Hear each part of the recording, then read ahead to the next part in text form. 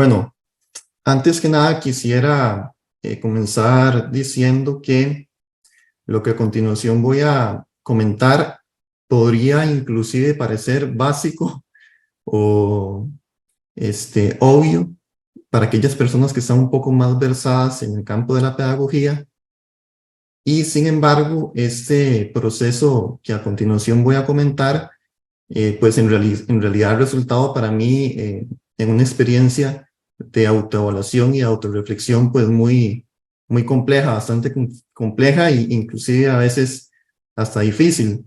Entonces, lo que voy a comentar a continuación es una propuesta muy concreta de mediación para el aprendizaje significativo que asimismo ha implicado retos, como bien dice el título, y avances pendientes en ese constante camino que es la transformación pedagógica, en este caso en el ámbito universitario. Entonces, como podrán ver, este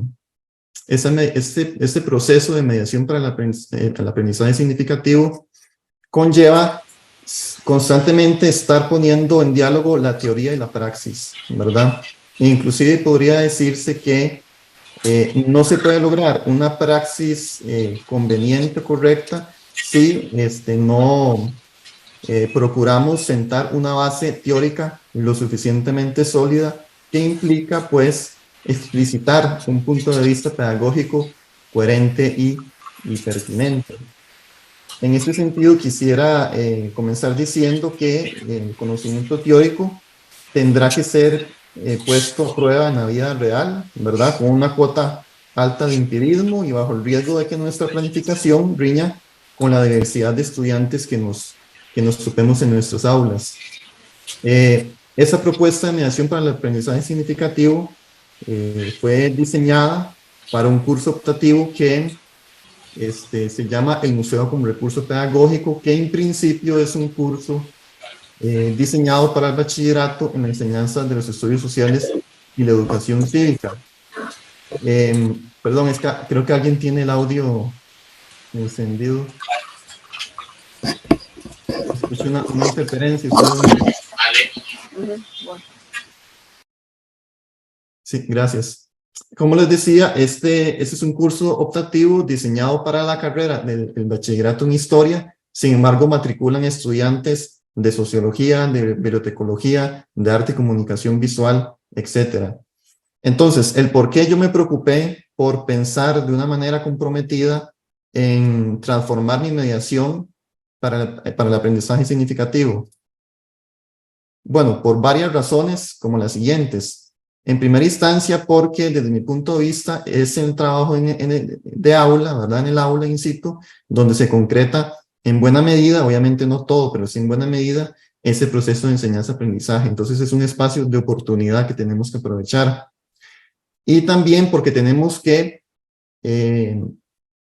sacar provecho de espacios que han sido diseñados para la magistralidad en un proceso de enseñanza-aprendizaje significativo, activo y colaborativo. Es decir, tenemos el reto de ver cómo utilizamos esa aula diseñada para que un profesor hable durante horas, para un proceso verdaderamente que implique pues un provecho para esta diversidad de estudiantes. Tomando en cuenta esto, pues decidí reflexionar sobre un punto de vista pedagógico, sustentado sobre todo a partir de Vygotsky y de Ausubel, ¿verdad? Que como creo que muchos aquí sabremos, pues básicamente desde el punto de vista de Vygotsky, perdón, interesa tanto el nivel y los procesos de desarrollo cognitivo de la misma forma que el contexto o las interacciones sociales que intervienen y condicionan el aprendizaje. Es decir, aquí estamos hablando de una zona de desarrollo próximo en donde la distancia entre el nivel de desarrollo real, determinado por la capacidad de resolver independientemente un problema, determina a su vez la resolución de un problema bajo la guía de un adulto o en colaboración con otro compañero más capaz. Aquí estoy citando a este autor. Y desde el punto de vista de Ausubel, pues interesa, o más bien yo lo vinculé así, la zona de desarrollo real, conforme a la cual un adulto joven universitario puede seguir complejizando su nivel cognitivo guarda relación con el aprendizaje significativo que ese tipo de estudiante es capaz de protagonizar. Esto me llevó a reflexionar teóricamente lo siguiente. En primera instancia, sobre el perfil del estudiante esperado, es decir, el estudiante aprende progresivamente, ya sea por asociación o por experiencias previas, avanzando de manera integral hacia fases de desarrollo cognitivo o estructuras superiores, cuya meta es aprovechar y poner en práctica el conocimiento construido para fines determinados y que les son significativos. Por supuesto que eso tiene que ver con la estrategia metodológica, es decir, que contrario a los enfoques tradicionales, que más o menos funcionan por imposición, y a los conductuales, que se remiten sobre todo a los estímulos, la metodología de aprendizaje debe ser centrada en el estudiante, participativa, colaborativa, contextualizada e integral, precisamente para impulsar esa motivación intrínseca en tanto aprendizaje significativo. El rol del contenido y del contexto, por supuesto que los contenidos deben ser necesariamente contextualizados, tomando en cuenta las interacciones sociales endógenas y exógenas que intervienen en ese proceso. Es decir, los contenidos resultan relevantes en la medida en que estos pueden ser aplicados a situaciones auténticas y se pueden establecer aprendizajes superiores a partir de la relación entre conocimientos previos y conocimientos nuevos. Es decir, una interacción cognitiva.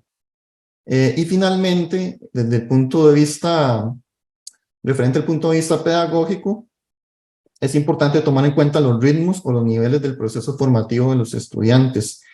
Esto conlleva que el docente debe promover procesos en los que se destaque la relevancia del conocimiento previo en diálogo con los conocimientos nuevos, y no interesa tanto la evaluación sumativa como si los procesos formativos y procesuales que den cuenta de esa reflexión y diálogo entre conocimiento nuevo y previo. Y por supuesto la relación entre el docente y el estudiante debe ser dialógica. Entonces, a partir de ese punto de vista pedagógico que yo definí, que básicamente se resume en esta infografía o ese dibujo, ¿verdad? En el cual el estudiante no puede aprender exclusivamente en solitario, sino que requiere el diálogo entre sus partes. Es que yo determiné elementos pedagógicos para la transformación. Yo determiné 3, en este caso yo les estoy comentando el primero, ¿verdad? Porque también determiné el aprendizaje activo y la evaluación auténtica. En cuanto a la mediación pedagógica para el aprendizaje significativo en modalidad presencial y asincrónica,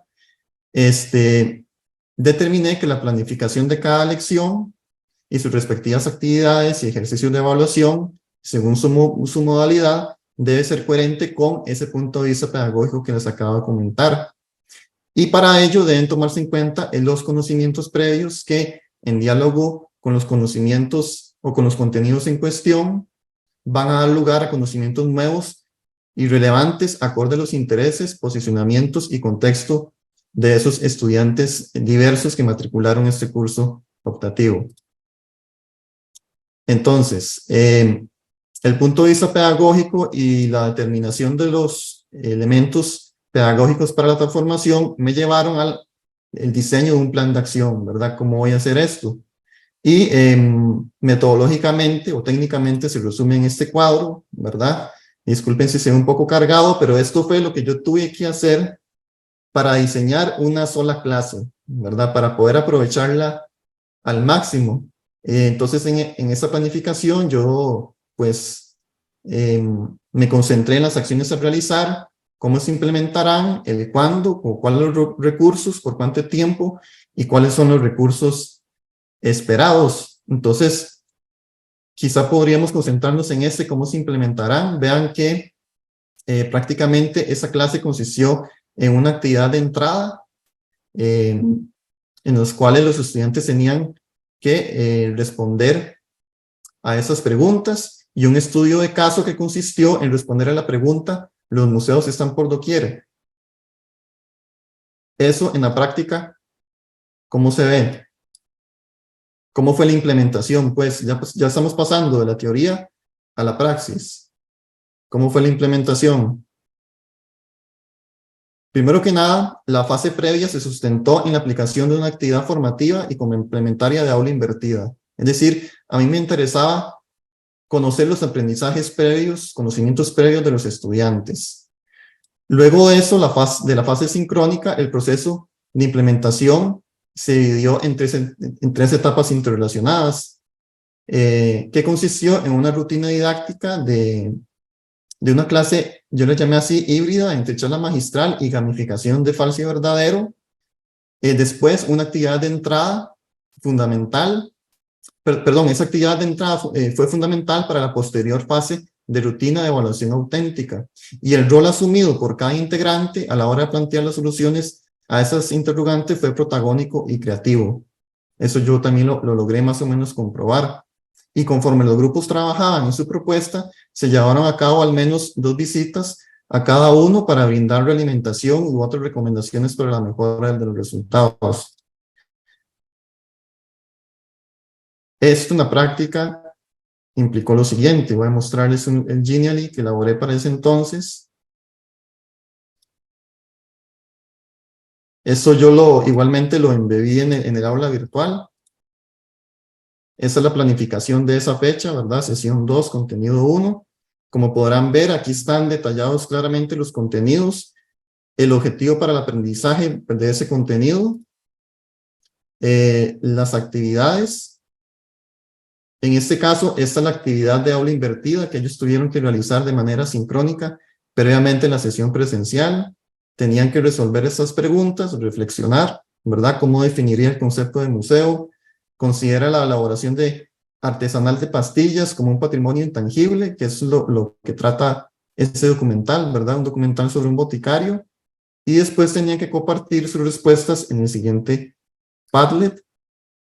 Entonces ellos anotaron aquí sus respuestas y esto lo tomamos como insumo para discutirlo en el aula y llevar a cabo la actividad que ya les voy a enseñar. ¿Cuál fue la actividad principal de ese día? Ah, bueno, los recursos, ¿verdad? Por supuesto que lecturas, entre otros complementarios.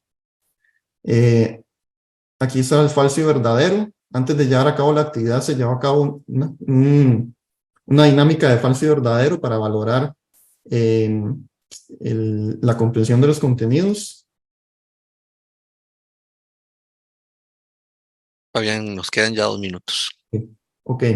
Y los museos, esa fue la actividad principal. Los museos están por doquier. Entonces, suponga que usted y sus compañeros quieren fundar una institución museológica con una clara vocación pedagógica. Para ello, deciden tomar como principal contenido de referencia una problemática social o práctica cultural de actualidad. Sin embargo, no están seguros de su pertinencia y viabilidad, razón por la cual se reúnen para justificar la propuesta según las siguientes preguntas, cuyas respuestas esquematizan en un cartel. Entonces, esas fueron las preguntas que ellos resolvieron. Yo les entregué unas noticias de actualidad para que pudiesen elaborar esa suerte de museo relacionado con la problemática, con problemáticas actuales, y el resultado fue este, ¿verdad? Aquí estoy poniendo nada más unos ejemplos muy concretos, pero algunos estudiantes decidieron concentrarse en el problema o las consecuencias de la pandemia, ¿verdad? Es un museo del COVID-19, el mal que inundó el mundo, así le pusieron, definieron su público, el contenido, la pertinencia y los recursos didácticos. En este caso, un museo de la historia reciente de El Salvador. Y como actividad principal auténtica del curso, los estudiantes también llevaron a cabo el diseño de un museo virtual. En este caso, aquí estamos viendo el ejemplo de unos estudiantes que elaboraron un museo histórico de la provincia de Limón, con sus correspondientes cédulas informativas, actividades, la autoevaluación, entre otros recursos didácticos sobre esa provincia. Y finalmente, como conclusión, puedo decir lo siguiente, ¿verdad? Que a partir de ejemplos de actualidad, los estudiantes, según sus áreas de conocimiento, pudieron comprender de una manera crítica y propositiva la diferencia entre la museología tradicional y la nueva museología, que evaluar los aprendizajes implica una acción que por medio de un proceso de mediación intencionado, teórico, metodológico, tiene como fin que los estudiantes pongan en práctica esos conocimientos que ellos mismos construyen. Si se considera que sin evaluación no existe aprendizaje, asimismo puede afirmarse que sin mediación el aprendizaje y la evaluación resultan estériles. Y finalmente que la transformación de la praxis pedagógica ha de interpretarse más bien como un constante compromiso de autoevaluación y diagnóstico que debemos realizar los docentes para rectificar desaciertos y oportunidades de mejora. Es decir, la praxis docente es una responsabilidad trascendental de constante cuidado. Y muy a grandes rasgos, esa fue la experiencia mía. Y muchas gracias por la escucha.